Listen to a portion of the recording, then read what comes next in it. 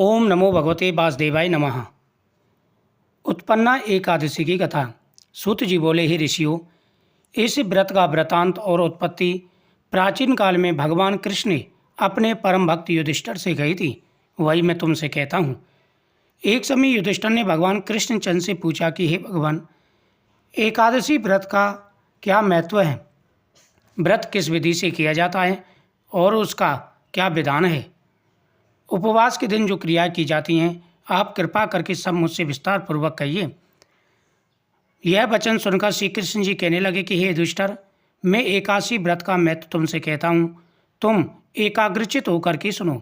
सर्वप्रथम हेमंत ऋतु में मार्गशीर्ष कृष्ण एकादशी से इस व्रत को आरंभ किया जाता है। दशमी को सायकाल में भोजन करके अच्छी तरह से दांतन आदि करें, जिससे एक भी अन्न का दाना मुख में शेष ना रहे। भगवान वासुदेव का ध्यान करते रहे। भोजन दशमी को कदापि ना करें, रात को अधिक ना बोले। एकादशी के दिन प्रातः 4 बजे उठ करके सबसे पहले व्रत का संकल्प करें। अमुक संवत्सरे सम्मत का नाम ले। मार्गशीर्ष मासे कृष्ण पक्ष के पुण्य श्रवणी एकादशी तिथो अमुक वासरे, अपना जो दिन है उस दिन का नाम ले। अमुक गोत्र उत्पन्न हो, अपने गोत्र के अनुसार, अगर आप ब्राह्मण हैं, शर्मा हैं तो श्रवाहम, क्षत्रिय हैं तो बरवाह, वैश्य हो तो गुप्ता हम, और शूद्र हो तो दास हूँ हम। अमुक नाम ने अपना नाम उच्चारण करें, गोत्र का उच्चारण करें और उस प्रकार से अपना गोत्र पीछे लगाए। सकल जन्म जन्मांतर चतानी यानी पापानी तेषाम समनार्थम एकादशी व्रत महम करश्ये। इसके पश्चात शौच आदि से निवृत्त होकर नदी, तालाब, बावड़ी या कुएं पर जाकर मिट्टी आदि लगाकर इस मंत्र को पढ़ें। अश्व क्रांते रथ क्रांते विष्णु क्रांते वसुंधरे उद्घ्रतापि बहुहीणम कृष्णम सतबाहुना मृत के हरम्य पापम यन्मनाम पुरुष संचितम त्वयम हतेनम पापेनम गच्छामि परमागतम। शुद्ध जल से स्नान करें। व्रत करने वाला चोर, पाखंडी, परिस्त्रगामी, निंदक, मिथ्याभाषी तथा किसी प्रकार के पापी मनुष्य से बात न करें। स्नान के पश्चात धूप, दीप, नैवेद्य आदि 16 चीज़ों से भगवान का पूजन करें और रात को दीपदान करें। ये सब कर्म भक्ति और श्रद्धा युक्त होकर करें। रात्रि को सोना व प्रसंग नहीं करना चाहिए। सारी रात्रि भजन कीर्तन आदि करना चाहिए और जो कुछ पहले जाने अनजाने में पाप किए हों उनकी क्षमा याचना करनी चाहिए। महात्मा पुरुषों को कृष्ण पक्ष तथा शुक्ल पक्ष दोनों एकादशियों को समान समझना चाहिए। जो मनुष्य शास्त्र विधि के अनुसार एकादशी का व्रत करता है उसकी सभी मनोकामनाएं पूरी हो जाती हैं। एकादशी व्रत के 16 भाग के समान भी कुछ भी नहीं है। व्यतिपात के दिन दान देने का लाख यज्ञ का फल प्राप्त होता है। संक्रांति में 4 लाख गुना, सूर्य चंद्र ग्रहण में स्नान दान करने से जो फल प्राप्त होता है वही पुण्य एकादशी के दिन व्रत करने से प्राप्त हो जाता है।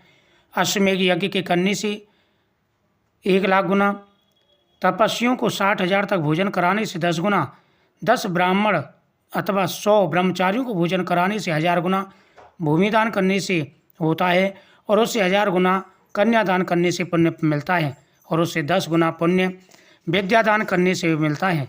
विद्यादान से 10 गुना पुण्य भूखों को भोजन कराने से मिलता है। अन्नदान के समान इस संसार में कोई दूसरा दान नहीं है जिससे देवता और पितर दोनों तृप्त होते हैं, परंतु एकादशी के व्रत का पुण्य सबसे अधिक है। 1000 यज्ञों से भी अधिक इसका फल होता है। एकादशी के व्रत का महत्व देवताओं को भी दुर्लभ है। रात्रि को भोजन करने वाले को उपवास का आधा फल मिलता है और दिन में एक बार भोजन करने वाले को उसका आधा फल मिलता है, परंतु निर्जल व्रत रखने वाले को अनंत गुना फल प्राप्त होता है, उसका वर्णन नहीं किया जा सकता।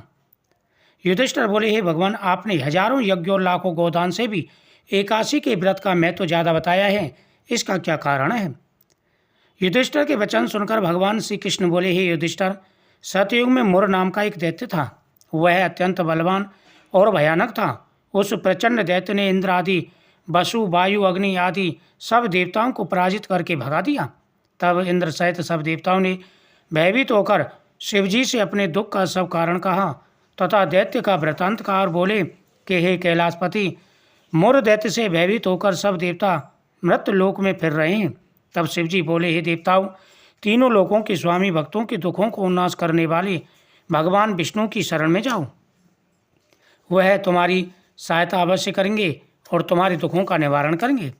शिव जी के वचन सुनकर इंद्रादि देवता क्षीर सागर में पहुँचे। माँ भगवान विष्णु शयन करते हुए दिख रहे। देवराज इंद्र और देवता उनकी स्तुति करने लगे। हे देवताओं द्वारा स्तुति करने योग्य प्रभु, बारंबार आपको नमस्कार है। देवताओं की रक्षा करने वाले मधुसूदन, आपको नमस्कार है। आप हमारी रक्षा करें। दैत्यों से भयभीत होकर हम आपकी शरण में आए हैं। आप इस संसार के कर्ता, माता पिता, उत्पत्ति और पालन और संहार करने वाले हैं, सबकी रक्षा करने वाले हैं। आकाश और पाताल भी आप ही हैं। आपके पिता में सबके पिता में ब्रह्मा, सूर्य, चंद्र, अग्नि, सामग्री, होम, आहुति, मंत्र, तंत्र, जप, यजमान, यज्ञ, कर्म, कर्ता, भोक्ता आप ही हैं। आप सर्वव्यापक हैं। आपके सिवा तीनों लोकों में चर तथा अचर कुछ भी नहीं है। हे भगवान, दैत्यों ने हमको जीतकर स्वर्ग से निकाल दिया है और सब देवता इधर उधर भाग रहे हैं। आप उन दैत्यों से हमारी रक्षा करें। इंद्र के ऐसे वचन सुनकर भगवान बोले, हे इंद्र, ऐसा मायावी दैत्य कौन है जिसने सब देवताओं को जीत लिया है? उसका क्या नाम है? उसमें कितना बल है और किसके आश्रय है तथा उसका स्थान कहाँ पर है? भगवान के ऐसे वचन सुनकर इंद्र बोले, सर्वव्यापी भगवान, प्राचीन समय में चंद्रावती नगरी में नाड़ीजंग नाम का एक राक्षस था। उसी के पराक्रमी और लोक विख्यात पुत्र मुर्न नामक दैत्य ने सब देवताओं को स्वर्ग से निकाल दिया है, वहाँ का अधिकार कर लिया है। वह स्वयं इंद्र बन गया है। अग्नि, वरुण, यम, ईश, चंद्रमा, नैश्वत आदि सबके स्थान पर अधिकार करके शूर बनकर आप ही प्रकाश करता है। वह स्वयं मेघ बन बैठा है, सबसे अजय है। हे असुर कंदन, उस दुष्ट को मारकर देवताओं का निर्भय बनाइए। इंद्र के वचन सुनकर भगवान बोले, हे देवताओं, किसी प्रकार की चिंता मत करो। तुम सभी भी वहाँ पर जाओ और मैं शीघ्र ही आता हूँ। चंद्रावती नगरी को जाओ। इस प्रकार कहकर भगवान से सब देवता चंद्रावती नगरी को प्रस्थान किया। उस समय दैत्य मोर सेना सहित युद्ध भूमि में गरज रहा था। उस बलवान असुर की गर्जना सुनकर देवता भयभीत होकर चारों दिशाओं में भाग रहे थे। जब स्वयं भगवान रणभूमि में आए तो दैत्य उनको भी देखकर अनेक प्रकार के अस्त्र शस्त्र तथा आयुधों से युद्ध करने लगे। भगवान ने उनको आता देखकर सर्प के समान अपने बाणों से उनके शरीर को बीन डाला। अनेक दैत्य उनके हाथों से मारे गए। केवल एक मुरी जीवित बचा। वह अविचल भाव से भगवान के साथ युद्ध करते रहा। भगवान जो भी तीर के बाण उसके शरीर पर मारते हुए उसके लिए पुष्पों के समान प्रतीत होते। अस्त्रों के प्रहार से उसका शरीर छिन्न भिन्न हो गया, परंतु वह फिर भी युद्ध करता रहा। अब वे आपस में मल्ल युद्ध करने लगे। 10,000 वर्ष तक उनका युद्ध चलता रहा, परंतु वह दैत्य भगवान से पराजित नहीं हुआ। तब भगवान युद्ध से थककर बद्रिका आश्रम चले गए। वहाँ पर हेमवती नाम की सुंदर गुफा थी। उसमें विश्राम करने के लिए अंदर प्रवेश कर गए। यह गुफा 12 योजन लंबी और उसमें अनेकों द्वार थे। भगवान वहाँ जाकर सो गए। वह दैत्य उनको सोया हुआ देखकर मारने के लिए उद्यत हुआ। अभी वह मारने का प्रयत्न कर रहा था कि उनके शरीर से एक अत्यंत प्रभावशाली सुंदर कन्या अस्त्र शस्त्र धारण करते हुए उत्पन्न हुई। दैत्य के सामने युद्ध करने लगी। वह दैत्य उस बलवान कन्या को देखकर आश्चर्यचकित होकर उसके साथ युद्ध करने लगा। उस कन्या के ऐसे भयानक पराक्रम को देखकर दैत्य विचारने लगा कि इस कन्या को किसने बनाया है, ऐसा भयंकर युद्ध कर रही है। वह ऐसा विचार कर ही रहा था कि उस महादेवी ने उस बलवान दैत्य के रथ को चूर चूर कर दिया, अस्त्र शस्त्रों को काट डाला, टुकड़े टुकड़े कर दिए। तब वह दैत्य महान क्रोध करके युद्ध करने लगा, परंतु देवी ने उसके